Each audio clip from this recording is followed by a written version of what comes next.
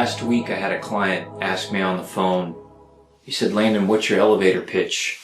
And what's the elevator pitch for Redefined Horizons? In other words, what is it your business does in a couple sentences? You know, how do they provide value? Give me the short version of that. And so I wanted to explain, I want to tell you what the elevator pitch is for Redefined Horizons, and then I want to just take a few minutes to explain what it means. So here's the elevator pitch. Redefined Horizons helps people manage risk in real estate so that they can make the best use of their land. Now, you might wonder, what does that have to do with land surveying? You'd think maybe the elevator pitch of a land surveyor would be, helping people get their property surveyed, as fast as possible or as cheaply as possible. You think about our elevator pitch at Redefined Horizons, and we don't even have the word surveying in there. Why is that? Redefined Horizons is about a lot more than just land surveying. It's also about land use planning. It's about land title. It's about helping people value their property. It's about working with the right attorneys and appraisers and the right source, helping people find the right sources of investment for their real estate. It's about helping all kinds of different people understand the characteristics of a property. Now, being a land surveyor helps us to do all those things. I think being a land surveyor is a really important foundation of what we do. It's what enables us to offer the services that we do to our client. But what we try and do at Redefined Horizons is so much more than just land surveying. And when I started the business, I didn't just want to be a land surveyor. I wanted to really help people solve problems, and I'll talk a little bit about what I mean by that in the video. I'll give you a couple examples. So I'm going to give that elevator pitch again. We at Redefined Horizons help people manage risk so that they can make the best use of their real estate, best use of their land. So let me just break that elevator pitch down into two parts and explain what it means. So the first part is we help people manage risk in real estate. And I've got some other videos that talk about some of the different types of risk that there is. But essentially, when we say manage risk, what do we mean? A real estate is a risky investment, no matter what. And that includes, somebody that's buying a piece of property, they're just going to hold it and sell it at a later date, or somebody that wants to buy a piece of property and make some improvements to it and then sell it at a later date. It's even risky as a business owner to buy a piece of property that you're going to occupy. So there's all kinds of risk that comes with real estate. So what do we mean when we say we help people manage that risk? Well, we do three things. We help people identify the risk. So what risks are involved in this particular piece of property? And I've got other videos that talk about the different types of risks. So we help people identify those risks. Then we help people mitigate those risks or eliminate them. So we want to try and eliminate them. We can't always. So then we try and mitigate that risk. And then in some cases, depending on the different parties involved, we may help the client shift that risk. So maybe the title company takes some of that risk. Maybe I take some of that risk as a land surveyor. Maybe the lender takes some of the risk. Maybe a developer takes some of the risk. So that's what we mean when we say manage risk. What do? We identify risk. We help people figure out if it can be eliminated or mitigated. And then if necessary, we help people shift the risk so that deals can get done, that property can get bought and sold, and so property can be developed. So the second part of that elevator pitch is we manage risk so that people can make the best use of their land. So what does that mean? We hear that term best use. What does that mean? Well, that term best use is different for every client. So different clients have different goals. And part of what we try and do at Redefined Horizons is understand, what is the client's goal? What is the best use for this particular client? So sometimes the best use means the client wants to sell the property at the right time for the best price. So we're going to try and help our client to do that. It could be that for a particular client, the best use is as a way to expand their business. So they need to have a bigger building, or they need to have an additional building, or they need to have, a truck yard in a different town, or they're going to open a new shop on a main street in a small town, whatever it is. So maybe the best use for them is related to growing their business.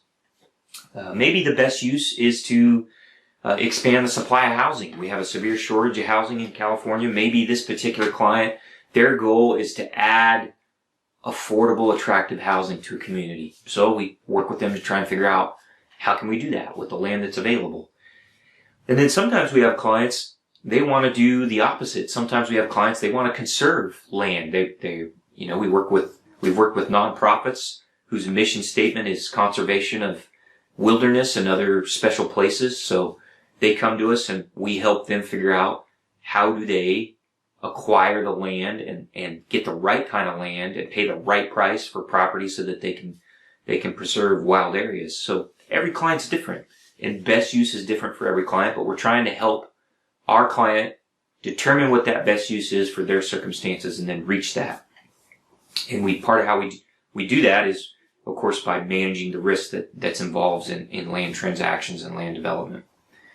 And part of what we focus on when we talk about best use, and we don't want to work for just any client. Part of what we focus on is we really care about the communities that we live and work in here in Central California. And so we want to help clients that are interested in building vibrant communities. And we're going to do some other videos that talk about what that means to us. What does vibrant mean? But it's places that you can enjoy living in, that you can enjoy working in, that are affordable, that are economically healthy. We want to help people build those kind of communities right here in Central California. So why us? Why would you hire us to help you do that? There's a couple of really important reasons. I talked about one of them. We really have a strong foundation because of our background in land surveying and land planning. We really understand the real estate system, the real property system in the United States. We understand that very well. And we're familiar with the process of buying and selling commercial property. We know how lenders think. We know how title companies think. We know how appraisers think. We know what their concerns are. We are familiar with the law, so we understand how real estate law works. We work with land attorneys all the time. Some of my best clients are land attorneys. We also understand the land use planning process and the land subdivision process, which govern, anytime you want to change what you're doing with your property, you run into those processes. You're going to be governed by those processes, so we understand those. The other thing that I think makes us different from a lot of our competitors is we really try and understand what our clients' goals are, so we try and ask the right questions. And I've got another video that talks about that. So we try and have good communication with our client and the other stakeholders, understand what we're really trying to achieve. And that communication is really important to making sure that you meet the client's goals. And then, we try and approach our job with strong moral values and a good dose of humility. So we don't have all the answers. We can't eliminate all risk. We don't try and practice outside of our area of competence. So we understand when we need to get a lawyer involved or when we need to get an appraiser involved or when we need to get a good title company involved. All those people have their own areas of expertise and are very good at what they do. So we try to approach our job with some humility that prevents us from making mistakes, protects our client. It helps us to learn. We're always learning new things. And like I said, strong moral values. So we try and put our clients' needs first. Our handshake means something. We work really hard. And so those are all things that I think make us different. I had a phone call this last week that I think really illustrated to me why I started the business and the type of people I want to help. So I got a call from a young man. He's trying to expand his business. And so he's trying to build a truck yard. Essentially it's a place where you can park trucks and maintain trucks. We have a lot of that in Stockton because we're a major logistical hub. We've got a deep water port, Highway 99, Interstate 5, and a lot of railroads come through town here. So we have a lot of logistical facilities.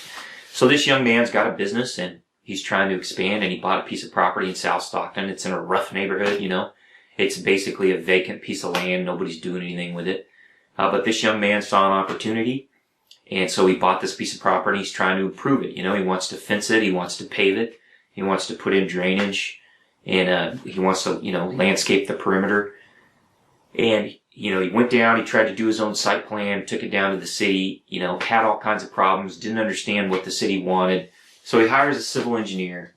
The civil engineer didn't talk to the city, didn't really understand what he was trying to do, prepared a site plan, it didn't meet the city requirements, they didn't get a survey, the city said the site plan wasn't going to fly.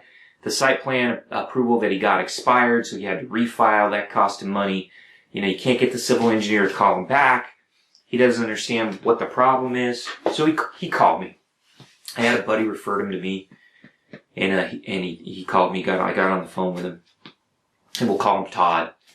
That's not his name, but we'll call him Todd for this video. And so I get on the phone with Todd, and Todd says, "Hey, here's what I'm trying to do. Trying to get a place to park my trucks. I bought this property in South Stockton. It's been almost a year, and I haven't been able to do anything with it." He says, "I'm really frustrated. I hired this engineer. He's not returning my calls." I said, no problem. I said, "I think we can help with this, Todd." I said, he says, Todd says, "The city's telling me I need a boundary survey." All right. He said, "Can you give me a price for a boundary survey?" I said, "Todd, before I do that, let me just try and understand what it is you're trying to do." So he told me, what he was trying to do. And I said, "I tell you what, I'm going to put together a price for a proposal. Before I do that, let me see if I can call and talk to your civil engineer." So he gives me the name and number of the civil engineer. It's a civil engineer here in town. So I call the engineer up. Say, "Hey, I got a call from your client, Todd. He's got some concerns. He's trying to get the site plan approved. Sounds like he's hitting some roadblocks with the city." He said, "Can you tell me what you need?" So the civil engineer says, "Oh, I need a survey." I said, "Okay, I know. That's great. You need a survey. Can you tell me why you need a survey?" "Well, I need a survey because I need to know where the boundaries of the parcel are." "Okay, I understand that. Why do you need to know where the boundaries of the parcel are?" "Well, he's kind of fumbling a little bit, and I'm digging and trying to get well, it turns out that the site plan shows some improvements, some area drains, and some drain outlets to the slough that's nearby. And the city wants to know what's in the public right-of-way along the canal and what's on the private property. And they're concerned about making sure the right facilities get on the right side of the property line." So, after about 10 or 15 minutes on the phone with the engineer, okay, now I can help you. Now I understand what you need. So I called Todd back and I said, "Hey, talk to your engineer. I think I know what you need." I said, "I'm going to go ahead and prepare a draft proposal. But the other thing I'd like to do is I'd like to go call the folks down at the city. It's my city where I live. Let me call those folks. I want to talk to them too, see if I can understand what they're looking for on their end." I said, "Because Todd, I don't want to just give you a survey. I want to help you get your site plan approved so you can get your improvements done and you can start using this for your business." Because that's his goal. He doesn't know anything about site plans or land surveys. He's just trying to run a business. And here's what really frustrates me as a business owner and as land surveyors. I've got a young man here. He's an entrepreneur. He's trying to make an investment in my town on the south side, on a bad side of town. He's going to take this rundown piece of property that nobody's using, that nobody sees any value in, but he sees value in it, and he's trying to build on it, and he's trying to expand his business, provide jobs, improve the neighborhood, and he can't get it done. And that's horrible. And think about it. That happens all across my community. And so part of why I started this business wasn't just to be a surveyor. There's lots of surveyors running around out there. I want to help people like Todd build better communities and invest in my neighborhoods and grow their own businesses. Because that, in the end, is what's going to help the people that live in my community be healthier and happier.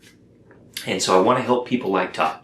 And so that's a long version of the elevator pitch. And I can't tell Todd's story to everybody in an elevator.